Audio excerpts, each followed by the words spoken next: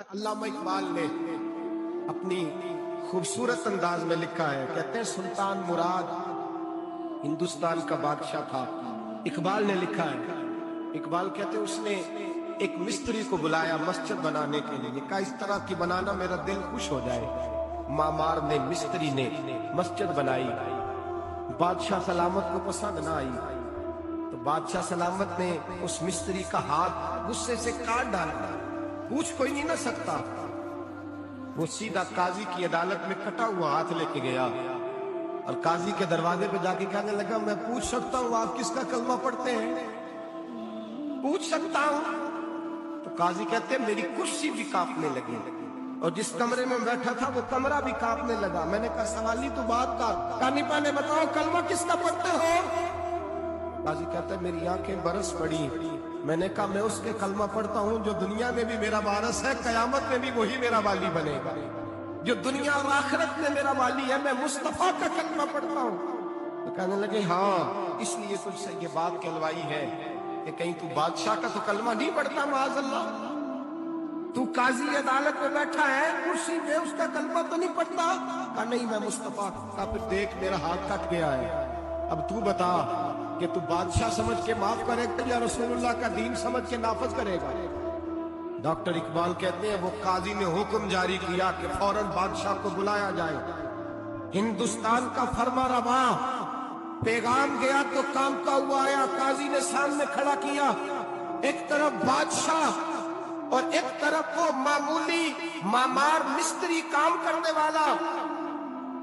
تو قاضی گرجدار آواز میں کہنے لگے بادشاہ تو بتا اس کا خون سرخ ہے تو تیرا سرخ نہیں؟ اس کے بازو پہ گوشت ہے تو تیرے بازو پہ نہیں؟ اسے درد ہوتا تو تجھے نہیں ہوتا؟ یہ تو نے کیا حرکت کی؟ بادشاہ کی گردن جھک گئی۔ قاضی کہنے لگے پکڑو اس کو باہر لے جاؤ اور اس کا بازو کاٹ دو، اس کا بازو کاٹ دو۔ ڈاکٹر اقبال کہتے ہیں جہاں کانپ رہا تھا سارا کچھ وہاں خوشی کے شادیانے بجنے لگے۔ قاضی کہنے لگا اس کا بازو کاٹو اور اس کو بتاؤ امیر غریب کا فرق اتنی دیر ہوتا ہے جتنی دیر بندہ مسلمان نہیں ہوتا، اور جب کوئی رسول اللہ کا غلام ہو جاتا ہے پھر سارے برابر ہو جایا کرتے ہیں۔ بنداؤں صاحب و محتاج و غنی ایک ہوئے، تیری سرکار میں پہنچے تو سبھی ایک ہوئے، تیری سرکار میں پہنچے تو سبھی ایک ہوئے۔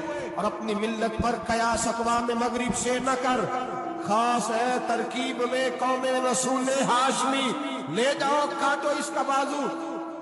اقبال کہتے ہیں جب باہر لے جایا گیا بادشاہ کو تو بادشاہ نے گردن جھکائی۔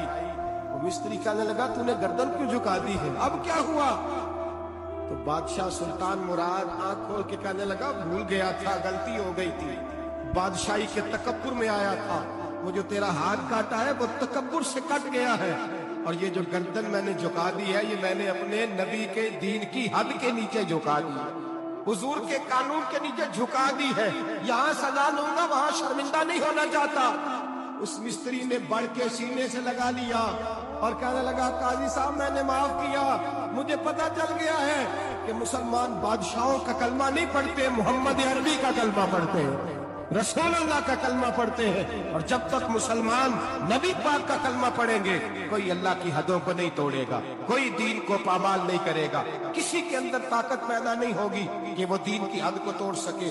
حضرت جناب سیدنا محمود غزنوی رحمت اللہ تعالی علیہ بیٹھے ہیں اپنے دربار میں، ایک غریب عورت تڑپتی روتی ہوئی آئی، ماں بلکتی ہوئی آئی اور آگے کہنے لگی بادشاہ ذرا مجھ غریبنی کی فریاد بھی سن۔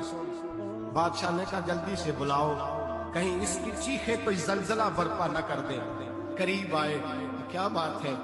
کہنے لگی کوئی شاہی خاندان کا نوجوان ہے، میں بیوہ عورت ہوں، ہندو مذہب سے تعلق رکھتی ہوں، میری 4 بیٹیاں ہیں، کوئی بادشاہ کوئی شاہی خاندان کا نوجوان ہے، سپاہیوں سمیت آتا ہے، شراب کے مٹکے لاتا ہے، میرے گھر میں گھستا ہے، میرے پاس اور تو کوئی شے نہیں، ایک عزت ہی ہے۔ جب وہ جوان بیٹی کی طرف دیکھتا ہے تو میں سوچتی ہوں اب دنیا میں بچا کیا ہے۔ بادشاہ میں بڑی مشکل سے تجھ تک پہنچی ہوں، میں اگرچہ ہندو ہوں پر میری فریاد رسی کون کرے گا؟ سلطان محمود غزنوی کہنے لگے تو جا اور میں نے اپنے سارے سپہ سالاروں کو سپاہیوں کو حکم دے دیا ہے آئندہ جب تو آئے گی تو تجھے رات کا وقت بھی میرا دربار کھلا ملے گا، جیسے ہی وہ تیرے گھر آئے فوراً پہنچ جانا، آ کے اطلاع دینا۔ رات کا سناٹا، وہ غریبنی پھر تڑپتی ہوئی چیختی ہوئی آئی، بادشاہ ذرا جلدی کر، جلدی کر، غریب کی عزت لوٹ نہ جائے، ذرا جلدی نکل، دیکھنا کوئی سرمایہ آج ختم نہ ہو جائے۔ بادشاہ خود اٹھے، تلوار پکڑی، گھر میں گئے، دیا جل رہا تھا، دیا بجھایا۔ اب بادشاہ نے اللہ اکبر کہا اور شاہ میں زرق برق نوجوان کی گردن پر جب بادشاہ نے تلوار ماری، لڑک کر کے گردن دور گری۔ پھر ہندوستان کا فرما روا سجدے میں گرا، کہنے لگا اے اللہ تیرا شکر، اے اللہ تیرا شکر، اے اللہ تیرا شکر ہے۔ پھر بادشاہ نے کہا پانی تو لاؤ، دیا تو جلاؤ، پانی لایا گیا، کہا روٹی تو لاؤ، خشک روٹی کے چند ٹکڑے بادشاہ نے کھائے، ایک گلاس پانی سے، 2 گلاس پانی سے، 4 گلاس پانی سے، 2 جگ بادشاہ پانی کے پی گیا۔ اور پھر روتا ہوا جب اٹھا تو بی بی کہنے لگی بادشاہ تیرا شکریہ، پر مجھے سمجھ نہیں آئی اس رنگ کی، دیا کیوں بجھایا ہے، سجدہ کیوں کیا ہے، پانی کیوں مانگا ہے؟ تو بادشاہ کہنے لگا بی بی بس تیرا کام ہو گیا، تو چھوڑ۔ کہنے لگی ذرا بتا تو صحیح، بتا تو صحیح، تجھے واسطہ اس رسول کا جس کا تو نے دین نافذ کیا ہے اور جس کے کہنے پر تو نے غریبنی کا کام آج اس کی عزت کو لٹنے سے، بتا تو صحیح۔ بادشاہ کہنے لگا ایک کی بہن ہے اور یہ جو تیرے گھر آیا تھا یہ اسی ایک بہن کا بیٹا ہے اور اکلوتا بیٹا ہے۔ تحقیق کی تو پتا چلا میرا اپنا بھانجا یہ ظلم کر رہا ہے۔ میں نے قسم کھائی تھی کہ جب تک تجھے انصاف نہیں ملے گا نہ روٹی کھاؤں گا نہ پانی پیوں گا۔ آج 3 دن سے حلق خشک ہے، اس لیے کہ مصطفیٰ کا دین نافذ کرنا ہے، اس لیے کہ حدود اللہ کو قائم کرنا ہے۔ فرمایا آج جب میں نے دیا گل کیا، آج چراغ بجھایا تو اس لیے کہ جب بھانجے کو ماروں تو کہیں بہن کی صورت سامنے نہ آ جائے۔ یہ انصاف ہے، یہ بے انصاف ہوتا ہے۔ یہ وہ انصاف ہے جو نہیں دیکھتا کہ سامنے کیا ہے، اس کی آواز نہیں ہوتی، دھڑکن نہیں ہوتی، یہ تلوار چلتی ہے تو لحاظ نہیں کرتی، اس لیے دیا بجھایا تھا۔ اور سجدہ شکر اس لیے ادا کیا ہے کہ اے اللہ تیرا شکر ہے میں نے تیرے رسول کا دین نافذ کر دیا ہے۔ یہ بات کہہ کر کے سلطان محمود غزنوی کہنے لگے پانی پیا ہے، اس لیے کہ اس دن کا پیاسا ہو جس دن تو فریاد لے کے آئی، خشک روٹی اس لیے کھائی ہے، اس دن کا بھوکا ہو جس دن تو پھر روتے ہوئے محمود غزنوی نے پیر باہر رکھا۔ 4 بیٹیاں جوان، ایک اماں دوڑی ہوئی آئی، قدموں میں بیٹھی، کہنے لگی محمود میں نے نہیں دیکھا، میں نے نہیں دیکھا، میں نے کوئی ابو بکر کو تو دیکھا نہیں، عمر عثمان و علی کو تو میں نے نہیں دیکھا، میں نے نہیں دیکھا۔ فاطمہ زہرا کے باپ کی کیفیت کیسی تھی، پر تیرے رنگ میں، تیرے انداز میں مجھے جلوے ضرور نظر آئے ہیں۔ اب میری بیٹیاں عام بیٹیاں نہیں رہیں گی، یہ فاطمہ کی کنیزیں بنے گی۔ اب میں حضرت عائشہ کا پانی بھروں گی، تو نے حضور کا دین نافذ کیا ہے، اب میرا دل بدل گیا ہے، تو کلمہ پڑھا، ہم 5 ماں بیٹیاں مسلمان ہونا چاہتی ہیں۔ میرے بھائی جب رسول اللہ کا دین نافذ ہوتا ہے پھر غریب کی مدد ہوتی ہے۔ غریبوں نہ آزماؤ بار بار چہرے بدل کے ظالموں کو، دعا کرو رمضان کی سہانی صبح میں اے اللہ ہمیں کوئی محمود غزنوی کا وارث عطا فرما، اے اللہ کو سلطان صلاح الدین ایوبی کا جانشین عطا فرما، کوئی عمر بن عبدالعزیز کو ماننے والا دے، ہمیں وہ دے جس کے لبوں پہ امام حسن اور حسین کا نام جاری ہو، کوئی ایسا عطا فرما جو حضرت علی کو اپنا آئیڈیل کہتا ہو، جو عثمان غنی کی حیا، عمر فاروق کی عدالت کا وارث ہو، جو ابو بکر صدیق کی صداقت کو آئیڈیل سمجھتا ہو۔ یہی چراغ جلے گا تو روشنی ہوگی۔ جب اللہ کی حد کا معاملہ آئے کسی کی پرواہ نہ کرنا، پھر نہ دیکھنا سامنے کون ہے، پھر نہ دیکھنا کون ہے اور کیا کہتا ہے۔ حضرت فاروق اعظم کے زمانے میں غسان کے بادشاہ نے کلمہ پڑھ لیا تھا، شاہ غسان نے۔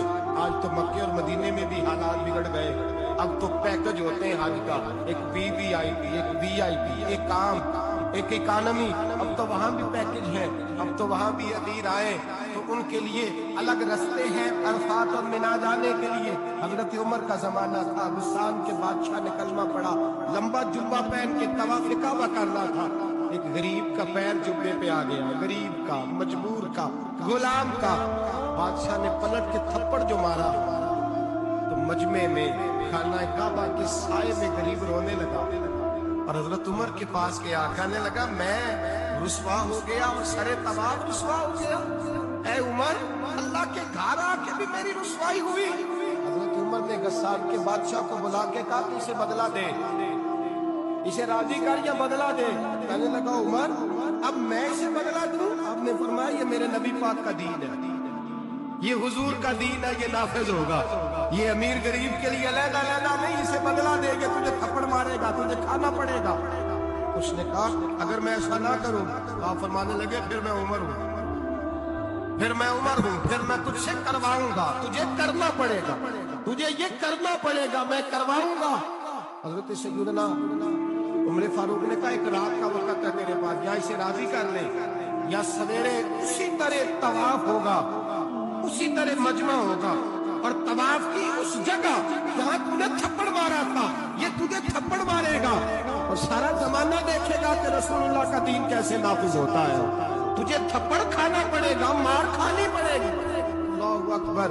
جب سیدنا فاروق اعظم نے اسے یہ کہا، ایک رات سوچنے کا وقت لیا، اس نے راتوں رات سامان اٹھا کر کے واپس بھاگ گیا، عیسائی ہو گیا۔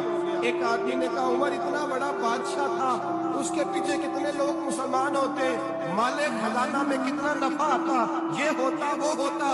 حضرت عمر کہنے لگے چپ کر جاؤ، نہ مال چاہیے، نہ زیادہ تعداد چاہیے، نہ بادشاہ چاہیے، ہمیں تو اپنے مصطفیٰ کا دین چاہیے، ہمیں تو رسول اللہ کا دین چاہیے، اس سے زیادہ ہمیں کسی چیز کی حاجت نہیں۔ بھائی یہی چراغ جلے گا تو روشنی ہوگی۔ رسول اللہ کے دین کی حد کے معاملے میں کسی کی پرواہ نہ کریں۔ جب آپ واضح قرآن کی آیت مل جائے، جب حدیث مبارکہ واضح مل جائے، پھر اپنی رائے پہ پھر اس پر اپنی رائے نہ ڈالیں، تھوپے نہ، پھر یہ نہ دیکھیں میں نے گھر بچانا ہے، میں نے فلاں